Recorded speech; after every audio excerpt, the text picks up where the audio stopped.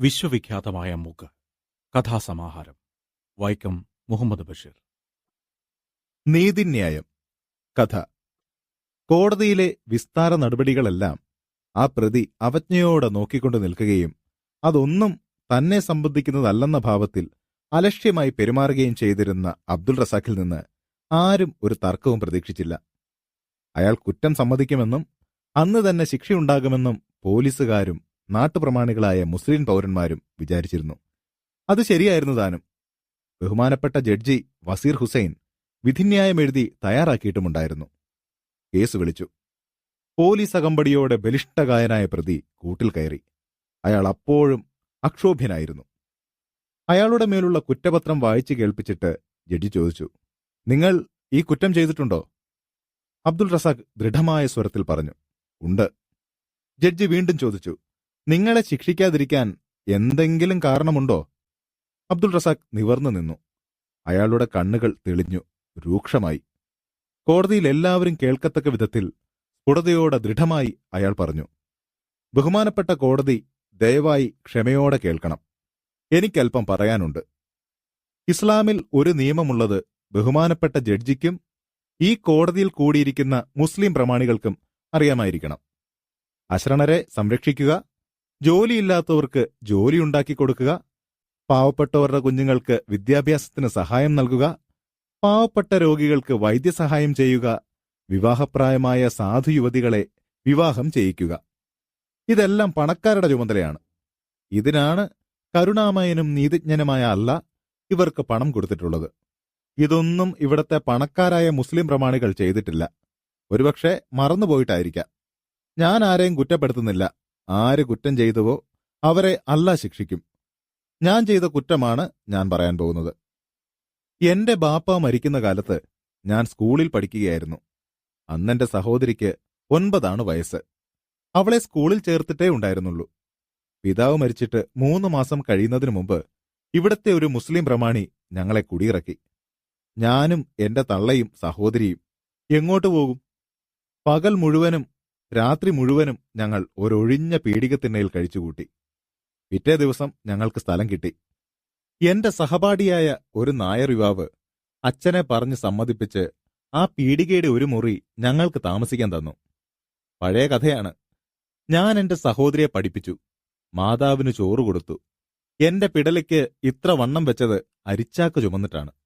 ഒരേ സമയത്ത് 2 ചാക്ക് അരി ഞാൻ ചുമക്കും. ചുമടില്ലാത്തപ്പോൾ ബീഡി തെറുക്കും. അടയ്ക്കാ കച്ചവടം ചെയ്യും. ഉണക്കമീൻ കച്ചവടം ചെയ്യും. ഇങ്ങനെ 9 കൊല്ലം കഴിഞ്ഞു. എന്റെ സഹോദരി വിദ്യാഭ്യാസം മതിയാക്കി. തരക്കേടില്ലെന്ന് തോന്നിയ കുഞ്ഞബ്ദുള്ളയ്ക്ക് വിവാഹം ചെയ്തു കൊടുത്തു. 800 രൂപ ഞാൻ സ്ത്രീധനവും കൊടുത്തു. ഈ 800 രൂപ ഞാൻ എങ്ങനെ ഉണ്ടാക്കിയതാണെന്ന് കോടതിക്ക് മനസ്സിലായല്ലോ. കൊല്ലം 3 കഴിഞ്ഞു. സഹോദരിക്ക് 3 കുഞ്ഞുങ്ങളുണ്ടായി. ഇതിനിടെ എന്റെ സഹോദരിയെ കുഞ്ഞബ്ദുള്ള ചവിട്ടുകയും തൊഴിക്കുകയും ചെയ്തിരുന്ന വിവരം എനിക്കറിയാം. ഭർത്താവ് ഭാര്യയെ ശിക്ഷിക്കുന്നു. ഞാനൊന്നും പറഞ്ഞില്ല. 8 മാസത്തിനു മുമ്പ് കുഞ്ഞബ്ദുള്ള ഭാര്യയെയും കുട്ടികളെയും എന്റെ അടുത്ത് കൊണ്ടുവന്നാക്കി. സഹോദരി വളരെ ക്ഷീണിച്ചിരിക്കുന്നു. രോഗിയുമാണ്. ഞാൻ ചികിത്സിപ്പിച്ചു. അങ്ങനെയിരിക്കെ കുഞ്ഞബ്ദുള്ള എന്റെ സഹോദരിയെ ഉപേക്ഷിച്ചിരിക്കുന്നു എന്ന് കേട്ടു. മൊഴി ചൊല്ലി. എന്തു മൊഴി? മൊഴി ചൊല്ലാൻ എന്താ കാരണം? ഞാൻ ചെന്നു ചോദിച്ചു. കുഞ്ഞബ്ദുള്ള പറഞ്ഞു, മനസ്സാണ്. ഞാൻ അവളെ മൊഴി ചൊല്ലിയിരിക്കണ്. നിനക്കെന്താ? ഒന്നുമില്ല. ഇസ്ലാമിലെ നിയമമാണല്ലോ. സ്ത്രീയുടെ യൗവനം നശിപ്പിച്ചിട്ട് അവളെയും കുഞ്ഞുങ്ങളെയും പുറന്തള്ളിയേക്കുക. എന്നിട്ട് വേറൊന്നിനെ കല്യാണം കഴിക്കാം. ഞാൻ പോകുന്നു.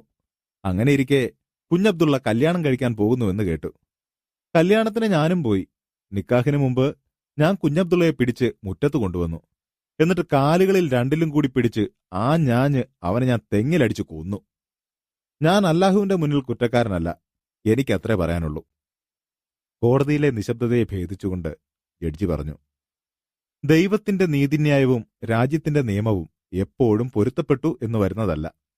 ഞാൻ ദൈവത്തിന്റെ നീതിക്ക് വഴങ്ങുന്നുവെങ്കിൽ ഈ പ്രതി നിർദോഷി എന്ന് കണ്ട് വെറുതെ വിടേണ്ടതാണ്. എന്നാൽ ഈ രാജ്യത്തിന്റെ നീതിന്യായം അനുശാസിക്കുന്നു ഈ പ്രതി ചെയ്ത കുറ്റം പരമാവധി ശിക്ഷ അർഹിക്കുന്നു എന്ന്. ഈ നീതിപീഠം വികാരങ്ങൾക്ക് വശപ്പെടാതെ നിയമം നടത്തുവാൻ ബാധ്യസ്ഥമാണ്. ഇത്രയും പറഞ്ഞിട്ട് ജഡ്ജി വസീർ ഹുസൈൻ അബ്ദുൾ റസാഖിനെ തൂക്കിക്കൊല്ലാൻ വിധിച്ചു. തൂക്കിക്കൊല്ലുകയും ചെയ്തു. കരുണാമയനായ അല്ലാഹ് അബ്ദുൾ റസാക്കിന്റെ ആത്മാവിന് നിത്യശാന്തി നൽകി അനുഗ്രഹിക്കട്ടെ. മംഗളം. നിങ്ങൾ കേട്ടത് നീതിന്യായം. കഥ Vaikom Muhammad Basheer. Production copyright Storytel 2019, a DC books production.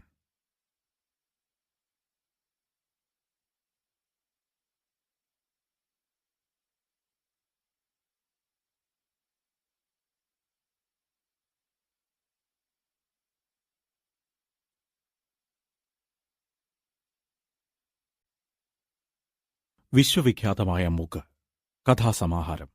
Vaikom Muhammad Basheer. ശബ്ദം നൽകുന്നത് Vivek Bhushan. Production copyright Storytel 2019, a DC books production. പഴയ ഒരു കൊച്ചു പ്രേമകഥ. കഥ. ശബ്ദം നൽകുന്നത് വിവേക് ഭൂഷൺ. പ്രേമസുരഭിലമായ കാലഘട്ടത്തിൽ, പണ്ട്, യുഗങ്ങൾക്ക് മുമ്പ് എന്ന മട്ടിൽ സംഭവിച്ച പഴയ ഒരു കൊച്ചു പ്രേമകഥയാണ് പറയാൻ പോകുന്നത്. പ്രേമത്തിനകത്ത് എപ്പോഴും കാമവും ഉണ്ടായിരിക്കുമല്ലോ. അന്ന് നന്നേ ചെറുപ്പം, ചുണ, ധീരത, യൗവനത്തിന്റെ തീക്ഷ്ണതയിലായിരുന്നു. വീണ്ടു വിചാരമില്ല, എടുത്തുചാട്ടം, ഹൃദയം ചൂണ്ടിയ വഴിയേ പോകുക. അന്ധമായ മോഹന കാലഘട്ടമേ നിനക്ക് വന്ദനം. വിശന്നങ്ങനെ ജീവിക്കുക. എല്ലാത്തരം വിശപ്പും എല്ലാത്തരം ദാഹവും. ശമനത്തിന് ഒരു പോംവഴിയുമില്ല. ആരോടോ എന്തിനോടോ രോഷമുണ്ട്, ഉഗ്രമായ രോഷം. എങ്കിലും ആദർശത്തിന്റെ സുന്ദര പദത്തിലാണ് ജീവിതം. എല്ലാം നേരെയാക്കും. ചുടുചോരയിൽ കഴുകി പ്രപഞ്ചങ്ങളെ ആകമാനം പുതുക്കിക്കളയും. വിപ്ലവകാരിയാണ്. കൊല്ലാൻ മടിയില്ലാത്ത ഭീകരസംഘ നേതാവ്. കഠാരിയും റിവോൾവറും ഏന്തി നടന്ന ഭീകരമായ കാലഘട്ടമേ നിനക്ക് വന്ദനം. പേനത്തുമ്പിൽ നിന്ന് അന്ന് തീമഴ പെയ്തിരുന്നു, കൊടുങ്കാറ്റടിച്ചിരുന്നു. സംഹാരമായിരുന്നു ജീവിതലക്ഷ്യം. ഈ ലക്ഷ്യത്തോടുകൂടിയ 300-ലധികം യുവാക്കളുണ്ടായിരുന്നു. അന്ന് ഞങ്ങൾക്കൊരു പത്രവും. ഞാനായിരുന്നു പത്രാധിപർ. തീപ്പെട്ടി പോലുള്ള ചെറിയൊരു മുറിയാണ് പത്രമാഫീസ്. താമസവും അവിടെ തന്നെ. രാവും പകലും ചിന്തയാണ്, എഴുത്താണ്. രാവും പകലും കൂടിയാലോചനകളാണ്. രാവും പകലും പ്രവർത്തനങ്ങളാണ്. എന്റെ വാക്കാണ് വേദവാക്യം. ഞാൻ വളരെ മാന്യനാണ്, അനിഷേധ്യ നേതാവ്. എങ്കിലും ഹൃദയത്തിന് വലിയ കടുകടുപ്പ്, ഒരു വിങ്ങൽ, ചെറിയ തോതിൽ വിഷാദവുമുണ്ട്. ഭീകരപ്രവർത്തനങ്ങൾക്കിതൊന്നും പറ്റിയതല്ല. എന്നാലും വിഷാദകരങ്ങളായ ഗാനങ്ങൾ ആലപിക്കാൻ തോന്നും. 2 ജാതി വികാരങ്ങളാണ് മനസ്സിൽ. രണ്ടും സമരം ചെയ്യുന്നു. ആകെ കൂടി ഒരു ശ്വാസമുട്ടൽ പോലെ. ഇങ്ങനെ തോന്നുമ്പോൾ മുറ്റത്തിറങ്ങും. മതിലിന്റെ അരികത്ത് എന്ന് വിശാലമായ ലോകത്തിലേക്ക് നോക്കും. അങ്ങനെ നോക്കി നിൽക്കുമ്പോൾ ഒരു ദിവസം ഞാൻ സുന്ദരിയായ ഒരു യുവതിയെ കണ്ടു. സുന്ദരിയായ യുവതി, മാദകത്തിടമ്പ്. പ്രഥമ വീക്ഷണം. പ്രേമത്തിൽ കുടുങ്ങാൻ പിന്നെ അധിക നിമിഷങ്ങൾ വേണ്ടി വന്നില്ല. മോഹന കളയബരേ ദേവി, നിന്നെ ഞാൻ ആരാധിക്കുന്നു മഹാമായേ. ഇങ്ങനെ ഗാനമുതിർത്തുകൊണ്ട് ഞാൻ അവളെ നോക്കി നിന്നു. ആരാധനയാണ്, ആരാധന. ഈ വിവരങ്ങളൊന്നും അവൾ അറിഞ്ഞില്ല. അവൾ എന്നെ കണ്ടില്ല. ഞാൻ അവളെ കണ്ടത് തന്നെ ഒരു യാദൃച്ഛിക സംഭവമാണ്. ഒരു പ്രത്യേക സ്ഥലത്തുനിന്ന് ഒരു പ്രത്യേക ഭാഗത്തേക്ക് നോക്കി അവളെ കണ്ടു. ഉടനെ തന്നെ അവിടം പുണ്യസ്ഥലമായി തീർന്നു. ഞാൻ നിന്ന സ്ഥലമോ, ഹോ, അവളെ നിന്ന് കണ്ട സ്ഥലമാണല്ലോ പുണ്യഭൂവിഭാഗം.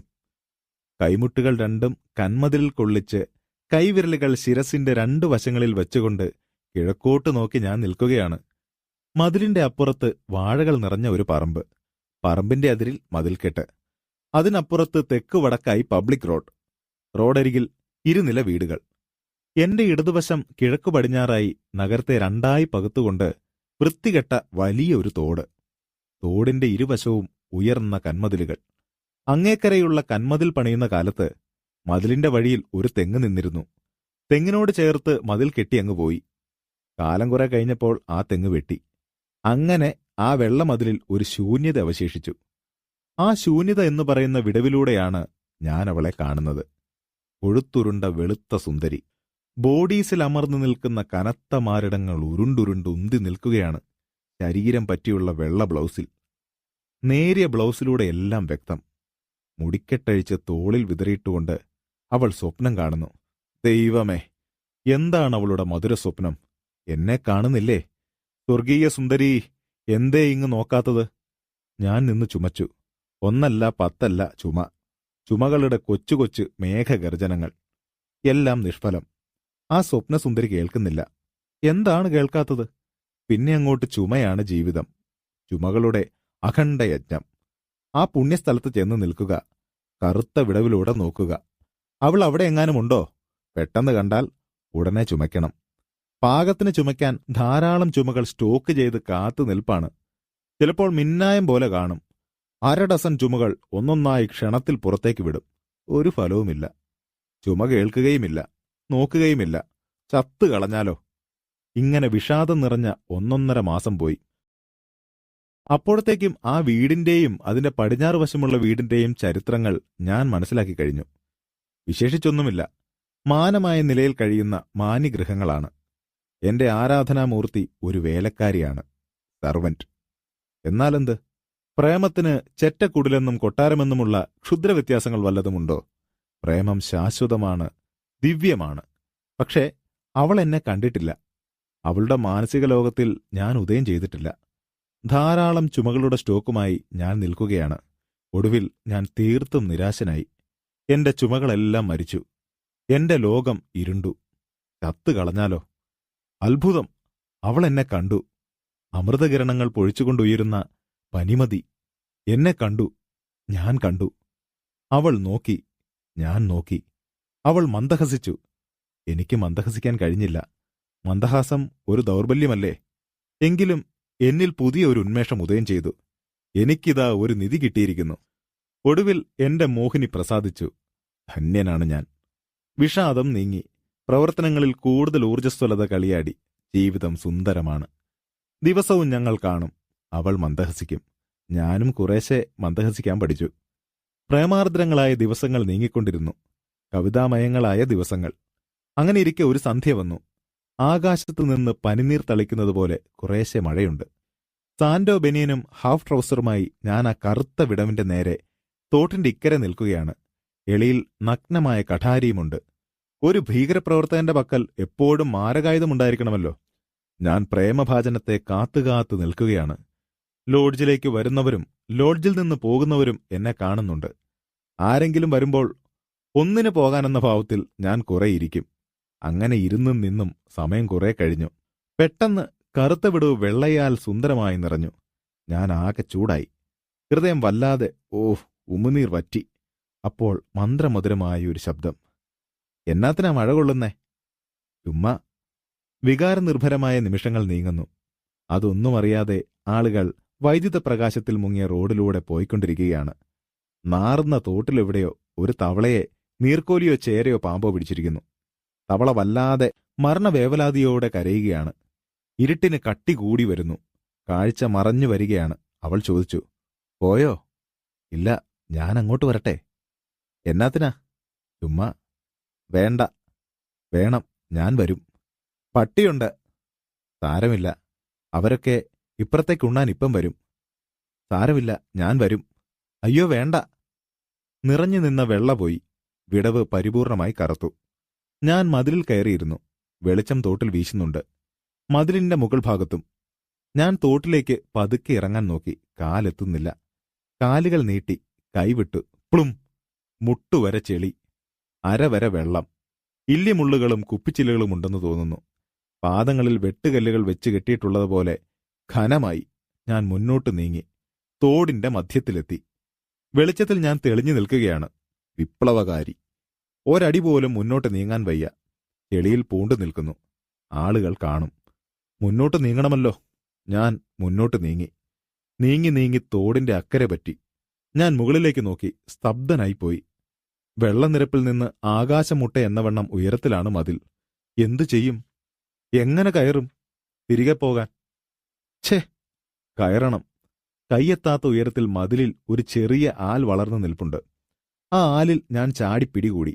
പിന്നീട് ഞാൻ അറിയുന്നത് ഞാൻ മതിലിന്റെ മുകളിൽ ഇരിക്കുന്ന വിവരമാണ്. ഹൗ എന്നവൾ പുറപ്പെടുവിച്ച അത്ഭുത ശബ്ദം കേട്ടു. പക്ഷേ പിന്നെയുമുണ്ട് ദൂരം. താഴത്തേക്ക് ചാടാൻ വയ്യ.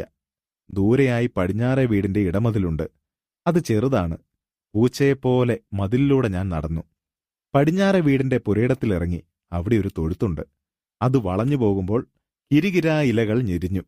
ഇരുളിലൂടെ കാലുകൾ സൂക്ഷിച്ച് സൂക്ഷിച്ച് പതുക്കെ പതുക്കെ വെച്ച് ഇടമതിലിന്റെ അരികത്ത് ചെന്നു. അവൾ പതുക്കെ അപ്പുറത്തു വന്നു. ഞാൻ 2 കൈകളും എത്തിച്ച് അവളുടെ തോളിൽ പിടിച്ചു വലിച്ചു. മുകളിൽ കയറ്റിയപ്പോൾ കല്ലിന്റെ ഏതോ മുനയിൽ കൊണ്ട് അവളുടെ ബ്ലൗസ് ഭ്രർ എന്ന് കീറി. വെള്ളമുലകൾ. തുടർന്ന് എന്റെ പ്രേമത്തിന്റെ കർണക്കുറ്റിക്ക് 2 ഉഗ്രൻ വീക്കുകൾ കിട്ടി.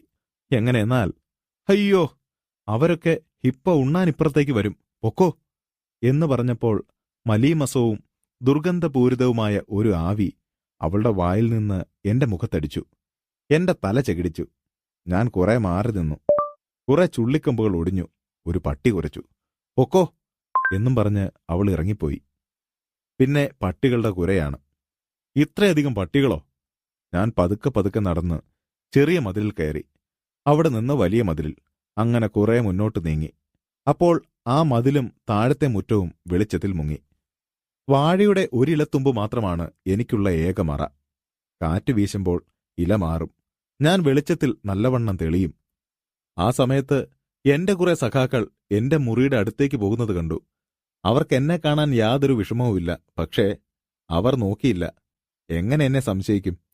എന്തൊക്കെയോ വർത്തമാനം പറഞ്ഞുകൊണ്ട് 2-3 സ്ത്രീകളും 2 പുരുഷന്മാരും, അവരിൽ പ്രായം കുറഞ്ഞയാൾ യുവാവാണ്, മുറ്റത്തിറങ്ങി ഞാനിരിക്കുന്ന ഭാഗത്തേക്ക് വന്നു. എന്നെ പിടിക്കാൻ വരികയാണ്. കണ്ടു കാണും. അപമാനം. നീ എന്തു ചെയ്യുന്നടാ ഇരുട്ടത്തവിടെ എന്ന് ചോദിച്ചുകൊണ്ട് എന്നെ പിടികൂടും. ആളുകൾ കൂടും. ഓ, ഇത് നമ്മുടെ ആ തീപ്പൊരി പത്രത്തിന്റെ പത്രാധിപരല്ലേ, നേതാവ്. ആളുകൾ പറയും, ദൈവമേ, എന്നെ ഇതിൽ നിന്നൊന്ന് രക്ഷിക്കണേ. മേലിൽ ഞാൻ യാതൊരു തെറ്റും ചെയ്യുകയില്ല, സത്യം. അവൻ എന്നെ കാണല്ലേ. ഞാൻ കഠാരി കയ്യിലെടുത്തു.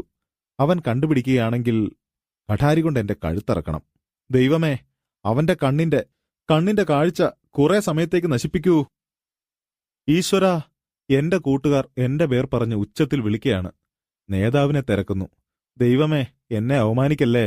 അയാൾ തിക്കും പൊക്കും നോക്കാതെ എന്റെ തൊട്ടടുത്ത് വാഴച്ചൂട്ടിൽ വന്ന് ഒന്നിനിരുന്നിട്ട് എണീറ്റുപോയി. എനിക്കാകെ തളർച്ച തോന്നി. എന്തോ എന്നിൽ മരിച്ചിരിക്കുന്നു. പിന്നെ സംഭവിച്ചതൊന്നും നല്ല ഓർമ്മയില്ല. ആരും ഒന്നും അറിഞ്ഞില്ല. തോട്ടിൽ ചാടിയതും ദേഹമാകെ കീറി ചോര വന്നതും ചെളിയിൽ പുതഞ്ഞതും മതിലിൽ കയറി മുറിയുടെ അടുത്ത് ചെന്ന് എന്റെ സഖാക്കളുടെ മുന്നിൽ നിന്നതും മറ്റും അവ്യക്തമായി ഓർക്കുന്നു. അവരമ്പരന്ന് നോക്കി. പ്രേമസംബന്ധിയായ ഒരു ജൈത്രയാത്ര കഴിഞ്ഞ് വന്നതാണെന്ന് അവർ ഊഹിച്ചില്ല. നേതാവേതോ മഹനീയ കൃത്യം നടത്തിയിട്ട് വന്നിരിക്കുകയാണ്. ഈശ്വരാ. ഞാൻ സോപ്പിട്ട് നല്ലവണ്ണം കുളി കഴിഞ്ഞ് മുറിയിൽ വന്ന് വസ്ത്രങ്ങൾ മാറ്റി മുടി ചീകിയിട്ട് കസാരയിലിരുന്നു. ഉണ്ടായ സംഗതികൾ മുഴുവനും ശിഷ്യന്മാരോട് പറഞ്ഞു. ഒടുവിൽ അവർ പറഞ്ഞു, ഇപ്പോൾ തന്നെ നമുക്ക് ഈ സ്ഥലം മാറണം. മാറി. ഘനമേറിയ ഹൃദയവുമായി രാവിന്റെ നിശബ്ദതയിലൂടെ പ്രേമനഗരിയിൽ നിന്ന് ഞങ്ങൾ വിഷാദത്തോടെ പോയി. അങ്ങനെ അവമാനത്തിന്റെ മുറിവേൽപ്പിക്കാതെ കഴിഞ്ഞുപോയ പ്രേമദാഹനിർഭരമായ മഹാവിഷാദ കാലഘട്ടമേ, നിനക്ക് വന്ദനം. മംഗളം. നിങ്ങൾ കേട്ടത് പഴയ ഒരു കൊച്ചു പ്രേമകഥ. കഥ വൈക്കം മുഹമ്മദ് ബഷീർ.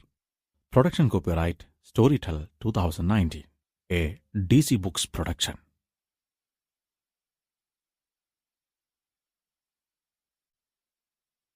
വിശ്വവിഖ്യാതമായ മൂക്ക്.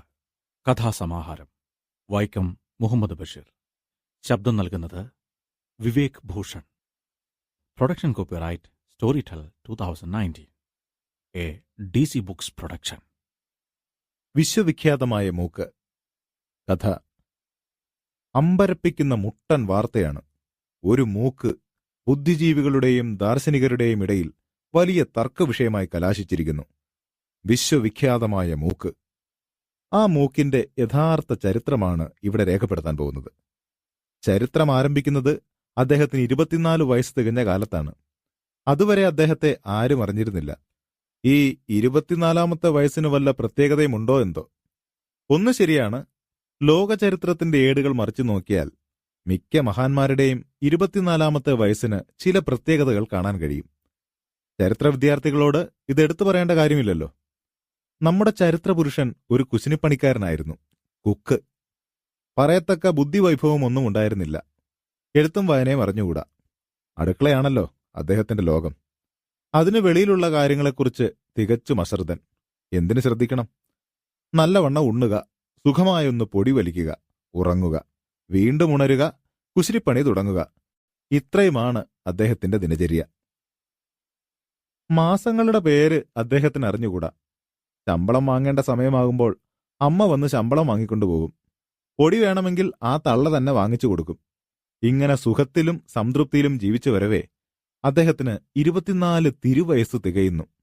അതോടെ അത്ഭുതം സംഭവിക്കുകയാണ്. വേറെ വിശേഷമൊന്നുമില്ല. മൂക്കിന് ശകലം നീളം വെച്ചിരിക്കുന്നു. വായും കഴിഞ്ഞ് താടി വരെ നീണ്ടു കിടക്കുകയാണ്. അങ്ങനെ ആ മൂക്ക് ദിനംതോറും വളരാൻ തുടങ്ങി. ഒളിച്ചു വെക്കാൻ പറ്റുന്ന കാര്യമാണോ? 1 മാസം കൊണ്ട് അത് പൊക്കിൾ വരെ നീണ്ടു. എന്നാൽ വല്ല അസുഖവുമുണ്ടോ? അതുമില്ല.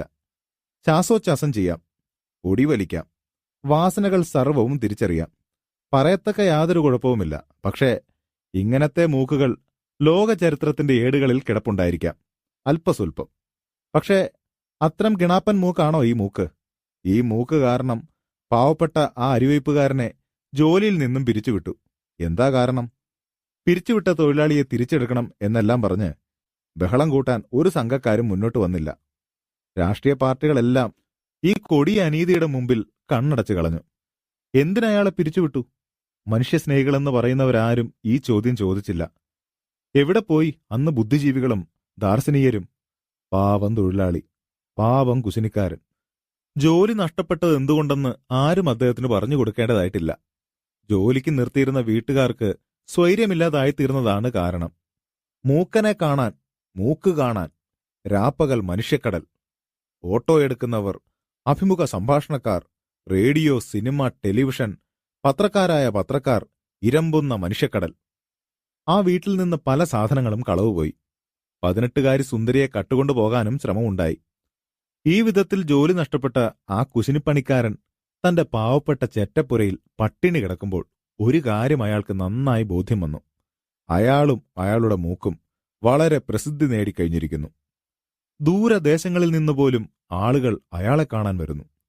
ദീർഘമേറിയ മൂക്ക് നോക്കിക്കൊണ്ട് അത്ഭുത സ്തബ്ധരായി നിൽക്കുന്നു. ചിലർ തൊട്ടു നോക്കുന്നുമുണ്ട്. എന്നാൽ ആരും ആരും നിങ്ങൾ ആഹാരമൊന്നും കഴിച്ചില്ലേ, എന്താണിത്ര ക്ഷീണം എന്നൊന്നും ചോദിച്ചില്ല. ഒരു വലിക്ക് പൊടി വാങ്ങാൻ പോലും ആ വീട്ടിൽ ഉമ്പിടി കാശില്ല. പട്ടിണിക്കിട്ട കാഴ്ചമൃഗമാണോ അയാൾ? മണ്ടനാണെങ്കിലും മനുഷ്യനല്ലേ? അയാൾ തന്റെ വൃദ്ധമാതാവിനെ വിളിച്ച് രഹസ്യമായി പറഞ്ഞു, ഈ മൂച്ചേട്ടകളെ ആട്ടി പുറത്തിറക്കി വാതിലടച്ചേ. അമ്മ സൂത്രത്തിൽ എല്ലാവരെയും വെളിയിലാക്കി വാതിലടച്ചു. അന്നു മുതൽ അവർക്ക് നല്ല കാലമായി. അമ്മയ്ക്ക് കൈക്കൂലി കൊടുത്ത് ചിലർ മകന്റെ മൂക്ക് കാണാൻ തുടങ്ങി. മണ്ടക്കൂട്ടമല്ലയോ ജനം. ഈ കൈക്കൂലിക്കെതിരായി ചില നീതിമാന്മാരായ ബുദ്ധിജീവികളും ദാർശനികരും ഉശിരൻ ശബ്ദമുയർത്തി. പക്ഷേ ഗവൺമെന്റ് ഇത് സംബന്ധമായി യാതൊരു നടപടിയും എടുത്തില്ല. കേട്ടതായി പോലും ഭാവിച്ചില്ല. സർക്കാരിന്റെ ഈ കൊടിയ അനാസ്ഥയെ പ്രതിഷേധിച്ച് പരാതിക്കാർ പലരും ഗവൺമെന്റിനെതിരായുള്ള പല അട്ടിമറിപ്പൻ പാർട്ടികളിലും ചേർന്നു. മൂക്കന്റെ വരാഴിക ദിനം പ്രതി വർദ്ധിച്ചു. എന്തിനധികം, അക്ഷരശൂന്യനായ ആ കുശിനിപ്പണിക്കാരൻ 6 കൊല്ലം കൊണ്ട് ലക്ഷപ്രഭുവായി. അദ്ദേഹം 3 പ്രാവശ്യം സിനിമയിൽ അഭിനയിച്ചു. ദി ഹ്യൂമൻ സബ്മറൈൻ എന്ന ടെക്നി കളർ ഫിലിം എത്രയെത്ര കോടി പ്രേക്ഷകരെയാണ് ആകർഷിച്ചത്. അന്തർവാഹിനി മനുഷ്യൻ. 6 മഹാകവികൾ മൂക്കന്റെ അവദാനങ്ങളെ കീർത്തിച്ചുകൊണ്ട് മഹാകാവ്യങ്ങൾ പുറത്തിറക്കി. 9 മഹാസാഹിത്യകാരന്മാർ മൂക്കന്റെ ജീവചരിത്രമെഴുതി പണവും പ്രശസ്തിയും നേടി. മൂക്കന്റെ സൗധം ഒരതിഥി മന്ദിരം കൂടിയാണ്. ആർക്കും അവിടെ എപ്പോഴും ആഹാരമുണ്ട്, ഒരു വലി പൊടിയും. ആ കാലത്ത് അദ്ദേഹത്തിന് 2 സെക്രട്ടറിമാരുണ്ടായിരുന്നു. 2 സുന്ദരികൾ, വിദ്യാസമ്പന്നകൾ. 2 പേരും മൂക്കനെ കലശലായി പ്രേമിക്കുന്നു. 2 പേരും മൂക്കനെ ആരാധിക്കുന്നു. ഏത് മണ്ടനെയും, ഏത് തീവട്ടിക്കൊള്ളക്കാരനെയും, ഏത് മുന്തിയെറുപ്പനെയും പ്രേമിക്കാൻ സുന്ദരികൾ എപ്പോഴും ഉണ്ടാകുമല്ലോ. ലോകചരിത്രത്തിന്റെ ഏടുകൾ മറിച്ചു മറിച്ചു നോക്കിയാൽ 2 സുന്ദരികൾ ഒരു പുരുഷനെ ഒരേ സമയത്ത് പ്രേമിക്കുമ്പോൾ ചില്ലറ കുഴപ്പങ്ങളുണ്ടായതായി കാണുമല്ലോ. മൂക്കന്റെ ജീവിതത്തിലും അതുണ്ടായി. ആ 2 സുന്ദരികളെപ്പോലെ ജനങ്ങളാകമാനം മൂക്കനെ സ്നേഹിക്കുന്നുണ്ട്. പൊക്കിൾക്കുഴി വരെ നീണ്ടുകിടക്കുന്ന അണ്ടകടാഹ പ്രശസ്തമായ സുന്ദര മൂക്ക് മഹത്വത്തിന്റെ ചിഹ്നമല്ലേ? തീർച്ചയായും. ലോകത്തിലുണ്ടാകുന്ന പ്രധാന സംഭവങ്ങളെപ്പറ്റി മൂക്കൻ അഭിപ്രായം പറയും. പത്രക്കാർ അത് പ്രസിദ്ധപ്പെടുത്തും. മണിക്കൂറിൽ 10,000 മൈൽ വേഗതയുള്ള വിമാനം ഉണ്ടാക്കിയിരിക്കുന്നു. അതേപ്പറ്റി മൂക്കൻ താഴെ പറയുന്ന പ്രകാരം പ്രസ്താവിക്കുകയുണ്ടായി. മരിച്ച മനുഷ്യനെ ഡോക്ടർ ബുന്ത്രോസ് ഫുറാസി ബുറോസ് ജീവിപ്പിച്ചു. അതേപ്പറ്റി മൂക്കൻ താഴെ പറയുന്ന പ്രകാരം പ്രസ്താവിക്കുകയുണ്ടായി. ലോകത്തിലേക്ക് ഉയരം കൂടിയ കൊടുമുടിയിൽ ചിലർ കയറിയെന്ന് കേട്ടപ്പോൾ ജനങ്ങൾ ചോദിച്ചു, അതേപ്പറ്റി മൂക്കൻ എന്തു പറഞ്ഞു? മൂക്കനൊന്നും പറഞ്ഞില്ലെങ്കിൽ ആ സംഭവം നിസ്സാരം.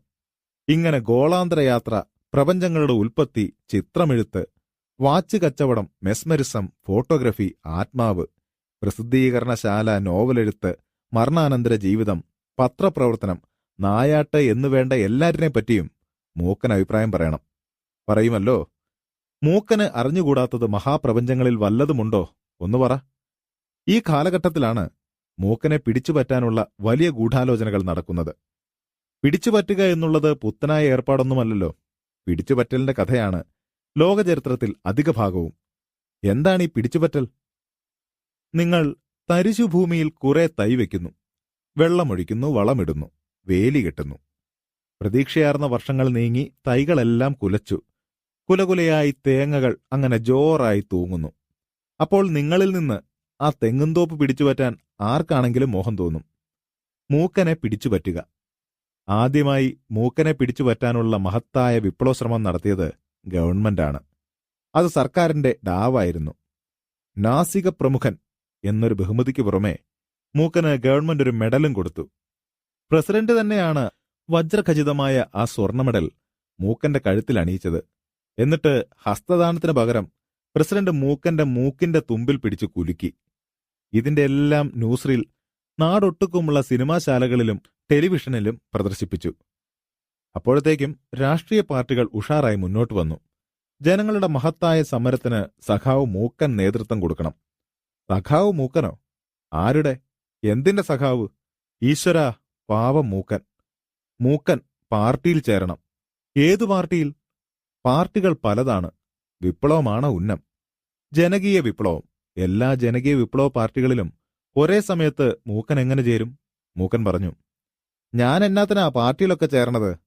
എനിക്ക് കയ്യേല. ഇങ്ങനെ ഇരിക്കുമ്പോൾ സെക്രട്ടറിമാരിൽ ഒരു സുന്ദരി പറഞ്ഞു, എന്നോടിഷ്ടമുണ്ടെങ്കിൽ സഖാവ് മൂക്കൻ എന്റെ പാർട്ടിയിൽ ചേരണം. മൂക്കൻ മിണ്ടിയില്ല. ഞാൻ വല്ല പാർട്ടിയിലും ചേരണോ? മൂക്കൻ മറ്റേ സുന്ദരിയോട് ചോദിച്ചു. അവൾക്ക് കാര്യം മനസ്സിലായി. അവൾ പറഞ്ഞു, ഓ, എന്തിന്? അപ്പോഴത്തേക്കും ഒരു വിപ്ലവ പാർട്ടിക്കാർ മുദ്രാവാക്യം ഇട്ടുകഴിഞ്ഞു. നമ്മുടെ പാർട്ടി മൂക്കന്റെ പാർട്ടി, മൂക്കന്റെ പാർട്ടി ജനങ്ങളുടെ വിപ്ലവ പാർട്ടി. ഇത് കേട്ടപ്പോൾ മറ്റേ ജനകീയ വിപ്ലവ പാർട്ടിക്കാർക്ക് അരിശം മൂത്തു. അവർ മൂക്കന്റെ സെക്രട്ടറിമാരായ സുന്ദരികളിൽ ഒരുത്തിയെക്കൊണ്ട് മൂക്കനെതിരായി ഒരു ഭയങ്കര പ്രസ്താവന ഇറക്കിച്ചു. മൂക്കൻ ജനങ്ങളെ വഞ്ചിച്ചു. പിന്തിരപ്പൻ മൂരാശിയാണ് മൂക്കൻ. ഇത്രയും കാലം മൂക്കൻ ജനങ്ങളെ വഞ്ചിക്കുകയായിരുന്നു. ഈ കൊടിയ വഞ്ചനയിൽ എന്നെയും പങ്കാളിയാക്കി. ഞാൻ ഖേദിക്കുന്നു. ഞാൻ ജനങ്ങളോട് സത്യം പറയുന്നു. മൂക്കന്റെ മൂക്ക് വെറും റബ്ബർ മൂക്കാണ്. ഈ പ്രസ്താവന ലോകത്തിലുള്ള എല്ലാ പത്രങ്ങളും വലിയ ഗമയിൽ പ്രസിദ്ധപ്പെടുത്തി. മൂക്കന്റെ മൂക്ക് റബ്ബർ മൂക്കാണ്. മഹാമൂരാച്ചി മൂക്കൻ, കള്ളൻ, വഞ്ചകൻ, പിന്തിരിപ്പൻ, ഒറിജിനൽ മൂക്കല്ല. ഇത് കേട്ടാൽ ജനകോടികൾ അമ്പരക്കാതിരിക്കുമോ? ക്ഷോഭിക്കാതിരിക്കുമോ? ഒറിജിനൽ മൂക്കല്ലേ? അല്ല. ലോകത്തിന്റെ നാനാഭാഗങ്ങളിൽ നിന്നും കമ്പികൾ, ഫോൺ കോളുകൾ, കത്തുകൾ പ്രസിഡന്റിന് ഇരിക്കപ്പുറതി മുട്ടി. ജനവഞ്ചകനായ റബ്ബർ മൂക്കൻ നശിക്കട്ടെ. റബ്ബർ മൂക്കന്റെ കള്ള പിന്തിരിപ്പൻ പാർട്ടി നശിക്കട്ടെ. ഇൻകിലാബ് സിന്ദാബാദ്. ഈ പ്രസ്താവന മൂക്കന്റെ എതിർ പാർട്ടിക്കാർ ഇറക്കിയപ്പോൾ മറ്റേ വിപ്ലവ പാർട്ടിക്കാർ മറ്റേ സെക്രട്ടറി സുന്ദരിയെക്കൊണ്ട് വേറൊരു ഉശിരൻ വിപ്ലവ പ്രസ്താവന ഇറക്കിച്ചു. പ്രിയപ്പെട്ട നാട്ടുകാരെ, ലോകരെ, അവൾ പറഞ്ഞത് തികച്ചും കളവാണ്. അവളെ സഖാവ് മൂക്കൻ ഒട്ടും പ്രേമിച്ചില്ല. അതിന്റെ കുശുമ്പാണ്. സഖാവ് മൂക്കന്റെ പണവും പ്രശസ്തിയും പിടിച്ചു പറ്റാനാണ് അവൾ ശ്രമിച്ചത്. അവളുടെ ആങ്ങളമാരിലൊരുത്തൻ മറ്റേ പാർട്ടിയിലുണ്ട്. കള്ളന്മാരുടെ ആ പാർട്ടിയുടെ തൊലി ഉരിച്ചു കാണിക്കാൻ ഞാൻ ഈ സന്ദർഭം ഉപയോഗിച്ചുകൊള്ളുന്നു. ഞാൻ സഖാവ് മൂക്കന്റെ വിശ്വസ്ത സെക്രട്ടറിയാണ്. എനിക്ക് നേരിട്ടറിയാം, സഖാവിന്റെ മൂക്ക് റബ്ബറല്ല. എന്റെ ഹൃദയം പോലെ തനി ഒറിജിനൽ. മായമില്ല, മന്ത്രമില്ല, അനുകരണമില്ല. തനി എന്റെ ഹൃദയം പോലെ. പ്രതിഫലേച്ഛ കൂടാതെ ഈ ആപൽ സന്ധിയിൽ സഖാവ് മൂക്കന്റെ പിന്നിൽ അണിനിരക്കുന്ന ജനകീയ മുന്നേറ്റ വിപ്ലവ പാർട്ടി സിന്ദാബാദ്. സഖാവ് മൂക്കൻ സിന്ദാബാദ്. സഖാവ് മൂക്കന്റെ പാർട്ടി ജനങ്ങളുടെ മുന്നേറ്റ വിപ്ലവ പാർട്ടി. ഇൻകിലാബ് സിന്ദാബാദ്. എന്തു ചെയ്യും? ജനങ്ങൾക്കാകെ ആശയക്കുഴപ്പം. അപ്പോഴേക്കും മൂക്കന്റെ വിപ്ലവ പാർട്ടിയുടെ എതിർ വിപ്ലവ പാർട്ടിക്കാർ ഗവൺമെന്റിനെയും പ്രസിഡന്റിനെയും പ്രധാനമന്ത്രിയെയും ചീത്ത പറയാൻ തുടങ്ങി. മണ്ടൻ പളുങ്കൂസൻ ഗവൺമെന്റ്, റബ്ബർ മൂക്കുകാരൻ, ജനവഞ്ചകന് നാസിക പ്രമുഖൻ എന്ന ബഹുമതി കൊടുത്തു. വജ്രഖചിതമായ സ്വർണ്ണ മെഡൽ കൊടുത്തു. ഈ ജനവഞ്ചനയിൽ പ്രസിഡന്റിനും പ്രധാനമന്ത്രിക്കുമുണ്ടല്ലോ പങ്ക്. ഈ ഭയങ്കര ഗൂഢാലോചനയിൽ ഒരു ചേരിതിരിവുണ്ട്. പ്രസിഡന്റും പ്രധാനമന്ത്രിയും രാജിവെക്കണം, മന്ത്രിസഭ രാജിവെക്കണം, റബ്ബർ മൂക്കനെ കൊല്ലണം. ഇത് കേട്ട് പ്രസിഡന്റ് ക്ഷോഭിച്ചു, പ്രധാനമന്ത്രിയും ക്ഷോഭിച്ചു. ഒരു പ്രഭാതത്തിൽ പട്ടാളവും ടാങ്കുകളും പാവപ്പെട്ട മൂക്കന്റെ ഹർമ്മ്യം വളഞ്ഞു മൂക്കനെ അറസ്റ്റ് ചെയ്തു കൊണ്ടുപോയി. പിന്നീട് കുറേ ദിവസത്തേക്ക് മൂക്കനെ സംബന്ധിച്ച യാതൊരു വാർത്തകളുമില്ല. ജനങ്ങൾ മൂക്കനെ അങ്ങ് മറന്നു. എല്ലാം ശാന്തം. എന്നാൽ വന്നു സാക്ഷാൽ ഹൈഡ്രജനും ആറ്റനും ന്യൂക്ലിയറും. എന്താണെന്നോ, ജനങ്ങൾ മറന്നു കഴിഞ്ഞപ്പോൾ പ്രസിഡന്റിന്റെ ചെറിയൊരു പ്രഖ്യാപനമുണ്ടായി. മാർച്ച് 9 നാസിക പ്രമുഖന്റെ പരസ്യ വിചാരണയുണ്ടാവും. മൂക്ക് ഒറിജിനലാണോ? 48 രാജ്യങ്ങളുടെ പ്രതിനിധികളായി വരുന്ന വിദഗ്ധ ഡോക്ടർമാരാണ് മൂക്കനെ പരിശോധിക്കുന്നത്. ലോകത്തിലെ എല്ലാ പത്രങ്ങളുടെയും പ്രതിനിധികളുണ്ടാകും. റേഡിയോ, സിനിമ, TV, സർവ്വകണാപ്പികളും. ഈ വിചാരണ എല്ലാ നാട്ടുകാർക്കും ന്യൂസ് റീലിൽ കാണാൻ കഴിയും. ജനങ്ങൾ പരമശാന്തരായി വർത്തിക്കുക. മണ്ടക്കൂട്ടമല്ലയോ ജനം, തനി ബന്ധുക്കൂസുകൾ, വിപ്ലവകാരികൾ. അവർ ശാന്തരായൊന്നും വർത്തിച്ചില്ല. അവർ തലസ്ഥാന മഹാനഗരിയിൽ തടിച്ചുകൂടി. ഹോട്ടലുകൾ കയ്യേറി, പത്രങ്ങളുടെ ഓഫീസുകൾ തകർത്തു, സിനിമാശാലകൾക്ക് തീവച്ചു, മദ്യഷാപ്പുകൾ കൈയടക്കി, വാഹനങ്ങൾ തകർത്തു, പോലീസ് സ്റ്റേഷനുകൾക്കും തീവച്ചു, സർക്കാർ കെട്ടിടങ്ങൾ നശിപ്പിച്ചു. കുറെ വർഗീയ ലഹളകളുണ്ടായി. കുറെ അധികം പേർ ഈ മൂക്കൻ സമരത്തിൽ രക്തസാക്ഷികളായി. മംഗളം, ശാന്തം. മാർച്ച് 9 മണി 11 പ്രസിഡന്റ് മന്ദിരത്തിന് മുൻവശം മനുഷ്യമഹാസമുദ്രം തന്നെയായി തീർന്നു. അപ്പോൾ ഉച്ചഭാഷിണികൾ ലോകത്തിനോടായി ശബ്ദം മുഴക്കി, ജനങ്ങൾ അച്ചടക്കം പാലിക്കണം, വായകൾ അടച്ചുവെക്കുക. പരിശോധന തുടങ്ങി. പ്രസിഡന്റിന്റെയും പ്രധാനമന്ത്രിയുടെയും മറ്റ് അനേകം മന്ത്രിമാരുടെയും മഹനീയ സാന്നിധ്യത്തിൽ ഡോക്ടർമാർ ശ്രീജിത്ത് മൂക്കനെ വളഞ്ഞു. ഉത്കണ്ഠാകുലരായ ജനകോടികൾ. ശ്വാസമടക്കിക്കൊണ്ടുള്ള നില. ഒരു മഹാ ഡോക്ടർ മൂക്കൻജിയുടെ മൂക്കിന്റെ തുമ്പ് അടച്ചു. അപ്പോൾ മൂക്കൻജി വായ പൊളിച്ചു. വേറൊരു മഹാഡോക്ടർ മുട്ടുസൂചി കൊണ്ട് മൂക്കിന്റെ തുമ്പത്ത് കുത്തി. അപ്പോൾ അത്ഭുതമെന്ന് വേണം പറയാൻ. ശ്രീജിത്ത് മൂക്കന്റെ മൂക്കിന്റെ തുമ്പത്ത് ഒരു തുള്ളി ചുവന്ന പരിശുദ്ധ ചോര പൊടിച്ചു. മൂക്ക് റബ്ബറല്ല, അനുകരണമല്ല, തനി ഒറിജിനൽ. മഹാഡോക്ടർമാരുടെ ഐകകണ്ഠ്യേനയുള്ള വിധി. മൂക്കൻ സാഹിബിന്റെ സുന്ദരി സെക്രട്ടറി പെണ്ണ് മൂക്കൻജിയുടെ തിരുമൂക്കിന്റെ തുമ്പത്ത് ഗാഠമായി ചുംബിച്ചു. സഖാവ് മൂക്കൻ സിന്ദാബാദ്, നാസിക പ്രമുഖൻ സിന്ദാബാദ്, സഖാവ് മൂക്കന്റെ ജനകീയ മുന്നേറ്റ പാർട്ടി സിന്ദാബാദ്, ജനാബ് മൂക്കന്റെ മൂക്ക് ഒറിജിനൽ മൂക്ക്, ഒറിജിനൽ ഒറിജിനൽ. അണ്ടകടാഹങ്ങൾ തകർന്നേക്കാവുന്ന ഒച്ച. ഒറിജിനൽ, തനി ഒറിജിനൽ. ഈ ആരവ് അടങ്ങിയപ്പോൾ രാഷ്ട്രപതി എന്ന മഹാപ്രസിഡന്റ് ഒരു പുതുപുത്തൻ ഡാവ് കൂടി കാണിച്ചു. സഖാവ് മൂക്കനെ മൂക്കശ്രീ എന്നുള്ള തകർപ്പൻ ബഹുമതിയോടെ പാർലമെന്റിലേക്ക് നോമിനേറ്റ് ചെയ്തു. മൂക്കശ്രീ മൂക്കൻ MP. 2-3 യൂണിവേഴ്സിറ്റികൾ മൂക്കശ്രീ മൂക്കൻ സാഹിബിന് എംലിറ്റും ഡീലിറ്റും നൽകി ആദരിച്ചു. മൂക്കശ്രീ മൂക്കൻ മാസ്റ്റർ ഓഫ് ലിറ്ററേച്ചർ, മൂക്കശ്രീ മൂക്കൻ ഡോക്ടർ ഓഫ് ലിറ്ററേച്ചർ. എന്നാലും മണ്ടക്കൂട്ടമല്ലയോ ജനം, തനി ബെടുക്കൂസുകൾ. മണ്ടക്കൂട്ടത്തെ ഭരിക്കുന്ന സർക്കാർ. മൂക്കശ്രീ മൂക്കനെ കിട്ടാത്ത സുന്ദരിയുടെ പാർട്ടിക്കാർ ഒരൈക്യമുന്നണിയായി പറഞ്ഞും എഴുതിയും പ്രസംഗിച്ചും നടക്കുകയാണ്. പ്രസിഡന്റ് രാജിവെക്കണം, പ്രധാനമന്ത്രി രാജിവെക്കണം, മന്ത്രിസഭയും രാജിവെക്കണം. ജനവഞ്ചന. മൂക്കന്റെ മൂക്ക് റബ്ബർ മൂക്ക്, ഒറിജിനൽ അല്ലേ അല്ല. നോക്കണേ വിപ്ലവത്തിന്റെ പോക്ക്. ബുദ്ധിജീവികൾ, ദാർശനികർ എന്തു ചെയ്യും? ആശയക്കുഴപ്പമുണ്ടാകാതിരിക്കുമോ? സംഭവം വിശ്വവിഖ്യാതമായ മൂക്ക്. മംഗളം. നിങ്ങൾ കേട്ടത് Vishwavikhyathamaya Mookku. Vaikom Muhammad Basheer. Production copyright story tell.